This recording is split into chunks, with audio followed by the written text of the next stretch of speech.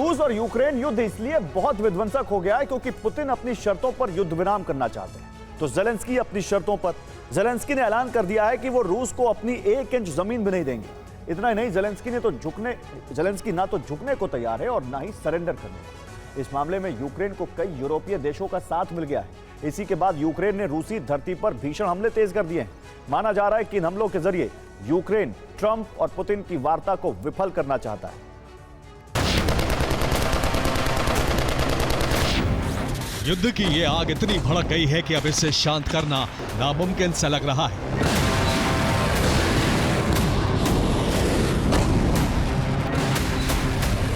अड़तालीस घंटे के बाद जंग की ज्वाला बहुत ही भयावह होने जा रही है।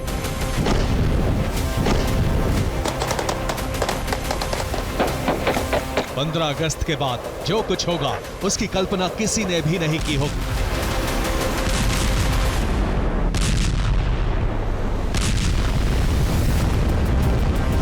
पंद्रह अगस्त 2025। इस तारीख को दुनिया की 2 महाशक्तियां मिलने जा रही हैं। ट्रंप और पुतिन में यह मुलाकात अलास्का में होगी।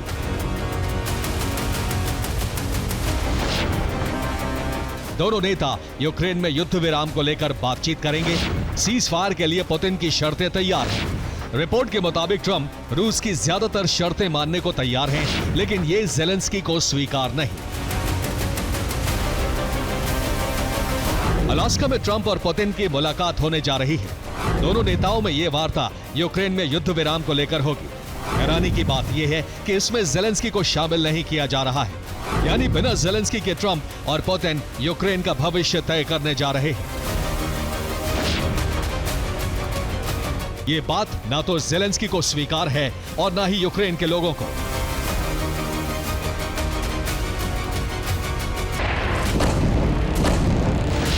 पुतिन की शर्त है कि अगर यूक्रेन डॉनबास यानी लुहांस्क और डोनेस्क प्रांत रूस को दे देता है तो रूस युद्ध विराम के लिए तैयार है। लेकिन जेलेंस्की ने एक बार फिर ऐलान कर दिया है कि वो अपनी 1 इंच जमीन नहीं देंगे।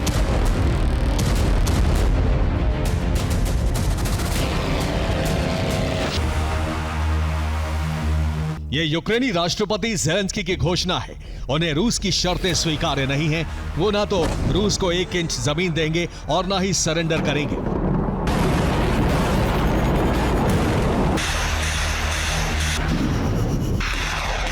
जेलेंस्की का जो रुख है वो जिस तरह से अड़े हुए हैं उससे साफ है कि पुतिन और ट्रंप के बीच अलास्का में जो बातचीत होने जा रही है उसका कोई परिणाम नहीं निकलेगा।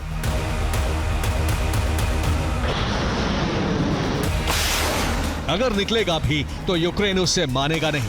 ऐसे में अगर अलास्का वार्ता फेल हुई, अगर जेलेंस्की ट्रंप और पुतिन के सामने नहीं झुके तो इसका बहुत ही भयावह परिणाम होगा।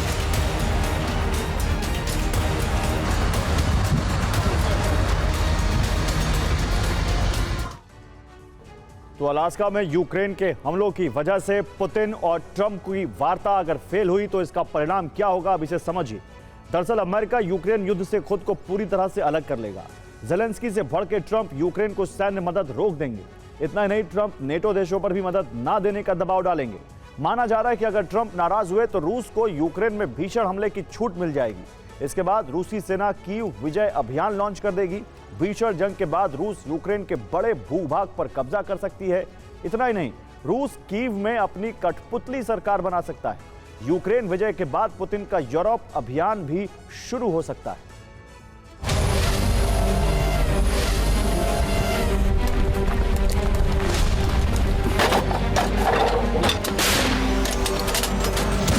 जेलेंस्की ने न सिर्फ जुबान से बल्कि बारूदी एक्शन से भी पुतिन और ट्रंप को संदेश देना शुरू कर दिया है।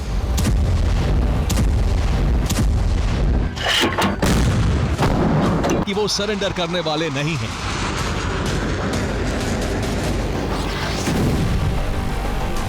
जेलेंस्की के आदेश पर यूक्रेनी फोर्स रूस में जबरदस्त हमले कर रही है।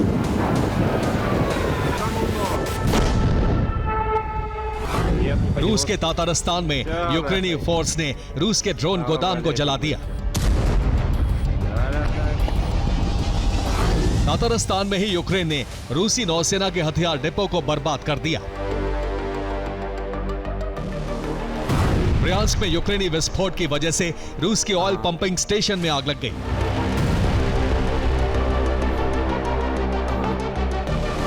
स्टावरोपोल में यूक्रेन ने रूस की हथियार फैक्ट्री को टारगेट किया।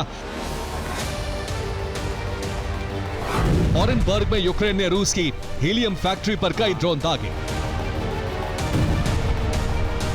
सूमी में यूक्रेन ने MiG-29 से रूसी सेना पर गाइडेड बमों की बरसात की। लुहांस्क में यूक्रेन ने रूसी सेना के लिए हथियार लेकर जा रहे ट्रक को तबाह कर दिया।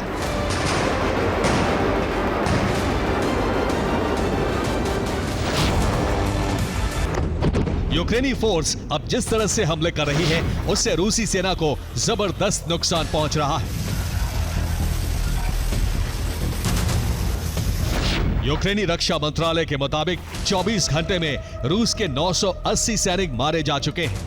इतना ही नहीं, रूस के 5 टैंक, 5 सैन्य वाहन, 26 तोप, 2 MLRS और 1 एयर डिफेंस सिस्टम का खात्मा हो चुका है। ज़ेलेंस्की का दावा है कि अगले 12 घंटे में पुतिन सेना बड़ा हमला करने जा रही है। यह हमला ज़ेपोरिजिया, पोक्रोवस्क और नोवोपाव्लोवस्क फ्रंट पर हो सकता है। ज़ेलेंस्की ने ऐलान किया है कि वार्ता सिर्फ दिखावा है।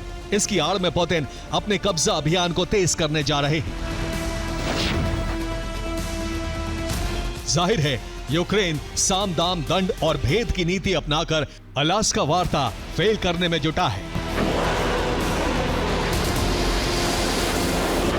ज़ेलेंस्की साफ कर चुके हैं कि अगर युद्ध विराम होगा तो वो यूक्रेन की शर्तों पर होगा, वरना नहीं होगा। इसी नीति के तहत युद्ध का मैदान हो या फिर रूस की धरती, दोनों मोर्चों पर यूक्रेन ने अपने हमले तेज कर दिए हैं। Bureau report, TV9 Bharatvarsh.